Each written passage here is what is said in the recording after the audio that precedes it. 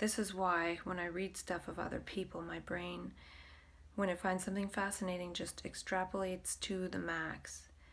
And I'm okay with that because this is interesting, but at the same time, it definitely creates this sort of tension within myself to speak up, to speak as my extrapolation of what I just understood.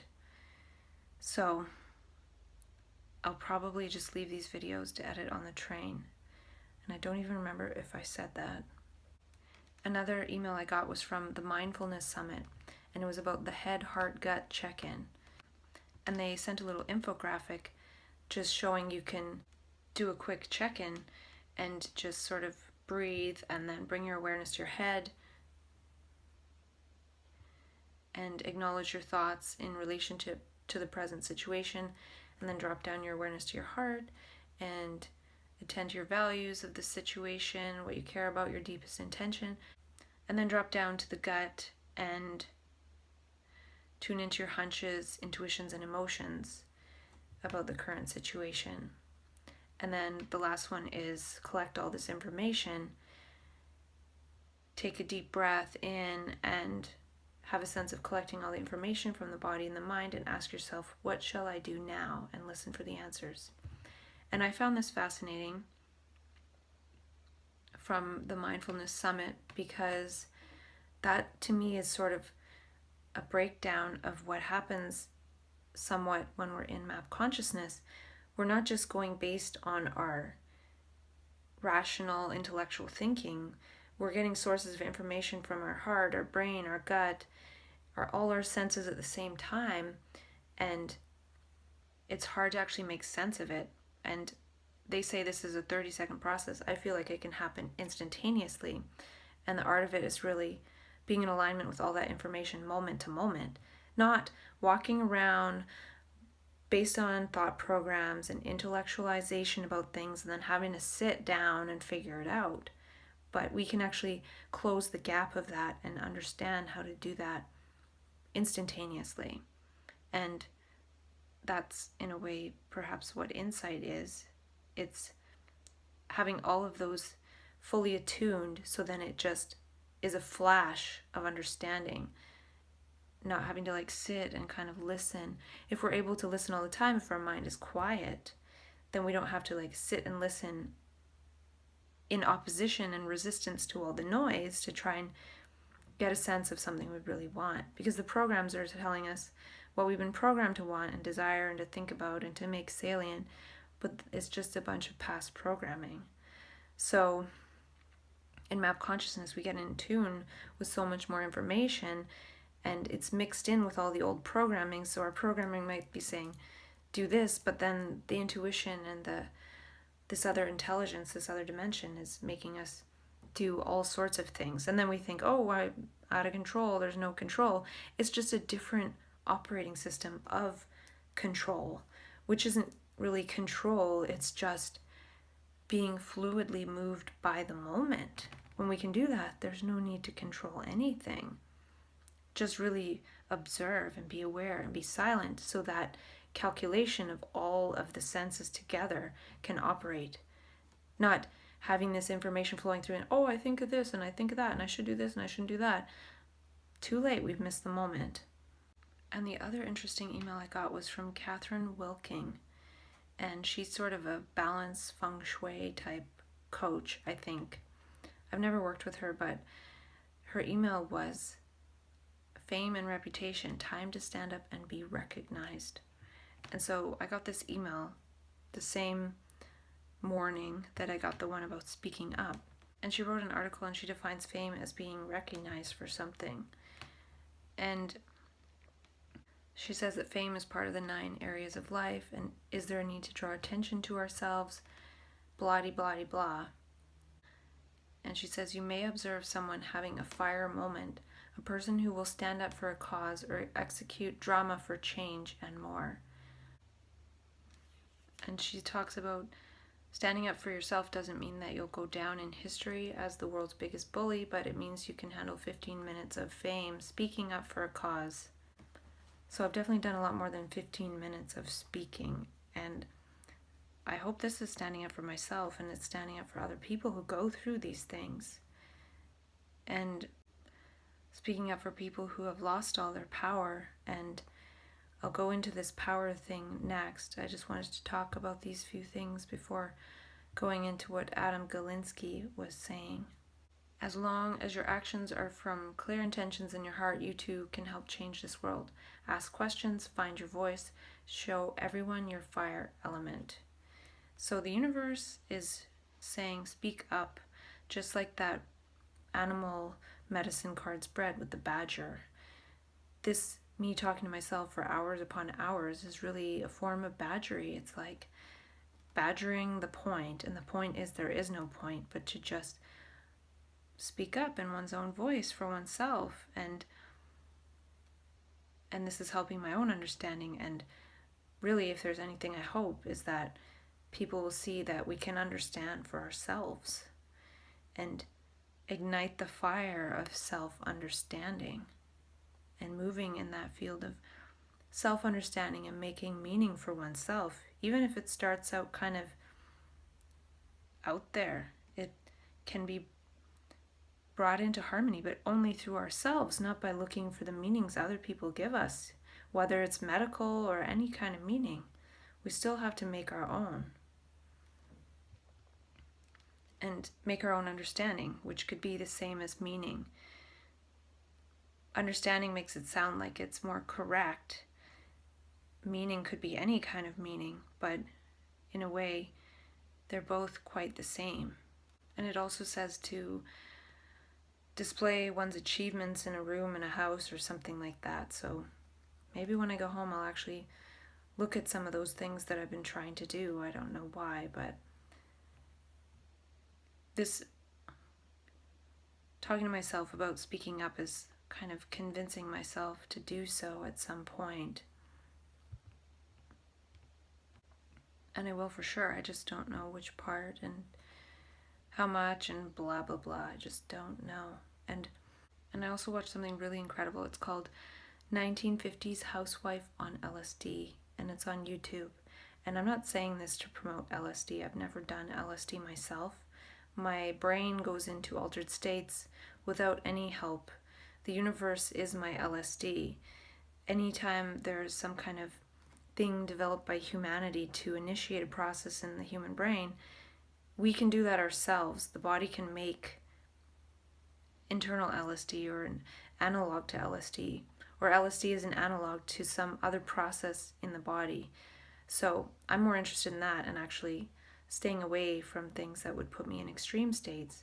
And I feel like unfolding understanding for oneself is a way to stepwise get to a place where we're so perceptive. We're just as perceptive and sensitive and seeing meaning and insightful as we would be on LSD, but we don't even feel like we're on LSD. We just feel how we are.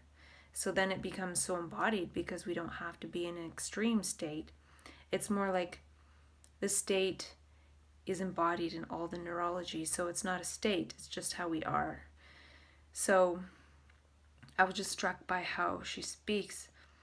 She says she can see the oxygen molecules. I really recommend watching it for anyone who's gone into so-called mania and psychosis, because to me it feels like if somebody were to approach us, if we're in mania, and they asked us, what is it like? Like, what are you experiencing? Is it good? Is it bad? We might say things like she's saying. We might say, can you see this? Can you see? We're speaking as what we're seeing in the moment. And it's interesting because I already talked about this in a previous video, how when we're in that state and just out in the general public, we're like, can you see the leaf? Or, wow, and talking to people and asking them about them and look at that, that's so magical. We're not saying, oh, when I was 2, this happened and blah, blah, blah, and how we usually relate. Or did you watch this show last night? We're really in the moment and trying to share the moment with somebody. And we can see it. It's so obvious we're so with that, but everyone else is kind of like, some people seem like they're there sometimes, but they're not. And then eventually that I can see more, can you see it too, is turned into I can see things, I'm seeing things, I'm hallucinating, blah, blah, blah. So by not being able to share that moment with people, eventually we have to share a moment with a psychiatrist saying, I'm seeing things. When originally it was, I'm seeing more. Can you see this leaf? Can you see this beauty? But then it's the psychiatrist asking us, are you seeing things? Blah, blah, blah. When we were all along trying to say, yes, I am seeing things. Do you see this leaf? Do you see how magical this flower is? Do you see how beautiful it smells? And everyone's like, da, da, da, da, da, walking around in their own programs that have nothing to do with the moment. So we're trying to invite people into the moment, but then we get invited back into the ego programming by psychiatry and the medical paradigm. But anyways, if we were in mania, so-called mania, and a researcher came up and were asking us questions, kind of like in this 1950s housewife LSD video, we might say kind of similar things that she's saying, like, it's all one, and she was saying, can you see the air? And oh my gosh, it just passed through me. Oh my gosh. And then she said something about, he asked something about, oh, is it pleasurable? Is it non-pleasurable? She's like, why would I even think about it in terms of pleasure? It's just so beautiful. It's just like, I can't even say it. I can't even talk about it. She's like, I wish I could talk about it and show you, but you won't be able to see it. And then she's like, so I just feel sorry for you. So she's just really speaking as like how beautiful everything is and feeling sorry for the researcher. So if we were in that state of mania and with a psychiatrist and able to really speak as the moment without the ego stuff mixed in, because when she was being researched, she wasn't being asked about her ego, like, how was your personality?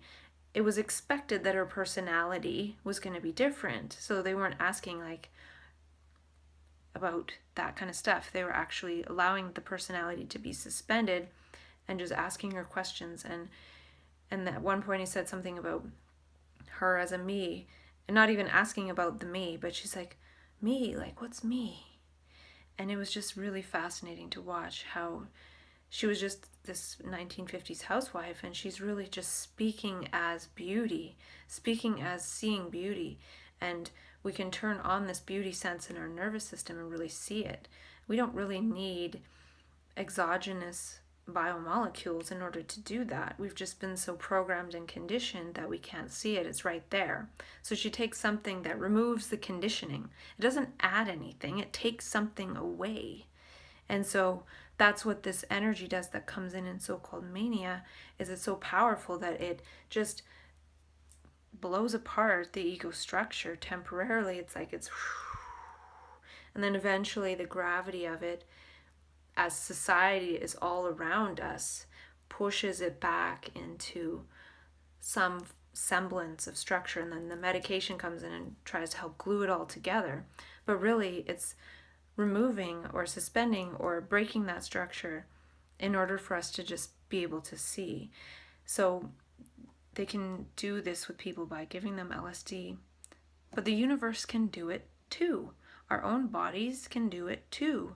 We don't need to take something. So we can, but to me, this process is the same as the one the universe can invoke through the energy of the universe.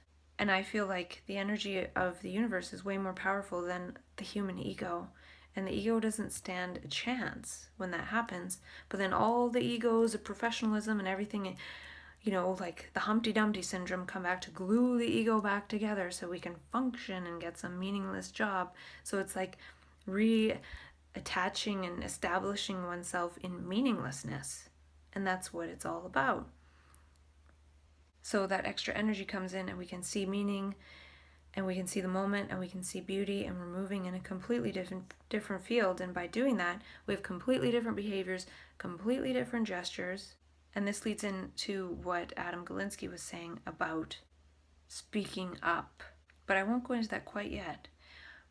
I was listening to that TED hour on speaking up, and the first woman who was talking, she was sharing that it's her responsibility to normalize, in her case, being queer in a country where it's not acceptable at all. And it would be nice if she could speak up and not have to worry about dying. And I have that similar worry. But at the same time, I can't let that stop me. So the podcast was Ideas on Speaking Up. It was the TED Radio Hour, and it said something about what about when the whole world depends on my voice? And I know in map consciousness, I definitely felt at some points like the whole world depended on me. And that's called, after the fact, grandiosity by psychiatrists. But maybe there is an element of truth to that. Maybe my whole world depends on me speaking up, whatever that means. And it also was about ideas about what it takes and when you know it's time to say something. So it's interesting because I've been thinking about this for myself, and here's a podcast about this very thing. What to say, when to say it, when it's time. So I'm wondering about that for sure.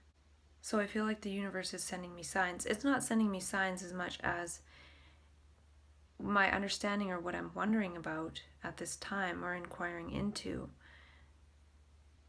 I'm finding salient bits to help me unfold that understanding, because it's not like I'm a separate thing from the universe. I'm in the universe, I'm of the universe, I'm with the universe, I'm through the universe, I am the universe, we all are. So the external isn't really external. And that was another thing that she said in the LSD video. She said, when the scientist asked, how do you feel on the inside? She's like, inside? There is no inside. And it was just brilliant, really. It's quite a brilliant video. I'm very inspired by it. Not inspired to take LSD, but inspired to keep understanding and perceiving and speaking as perception, so that maybe one day, I don't know, I don't even want to finish that sentence, but maybe one day we're just all friends sharing in the beauty of the moment, and nobody's really having to ask what it's like, because everybody is just abiding in that. I know what it's like to have that state turned into something that it's not. And this isn't my voice, this is just many voices speaking through me, many unheard voices. If we were all just abiding in perceiving beauty and acting on that and unfolding meaning and sharing together, I wouldn't have to be sitting here speaking about this stuff. It would be a different world, and we'd be doing different things with our time. And the woman who was speaking up in that country where it wasn't okay to be queer, she fears being tortured and things, and I was wondering if I fear that, or if I speak up because I know many people are being psychologically tortured, put on medications that make things worse, and then told that it's just worsening of their illness, which then just justifies nearly any means of treatment in the future. And that's not okay. And something that Adam Galinsky said, and I'll just skip a little bit ahead, was that there's factors involved in speaking up, in having sort of the confidence in a way to speak up. And one of them is, if one doesn't have the expertise or the qualifications, is to have a lot of evidence. And I don't have the expertise in terms of a medical framework. I'm not a psychiatrist or psychologist or anything like that. So by not having those expertise in terms of intellectual study, I need to have a lot of evidence in terms of my own subjective experimentation, my own observations, my own study of myself, and this process I've been moving through and with and as. So that's one of the reasons, if you want to call it a reason, that I will share when I have enough evidence. So I still don't have the evidence that this consciousness here in California translates back home. I kind of was thinking of it in terms of California consciousness, and how can I have that California consciousness when I go back to Canada? I don't know if it translates, so I need to wait and see if there's evidence that it does translate, and how does it translate, and what do I want to look into next. And I need to stop this video now, but I will make another one.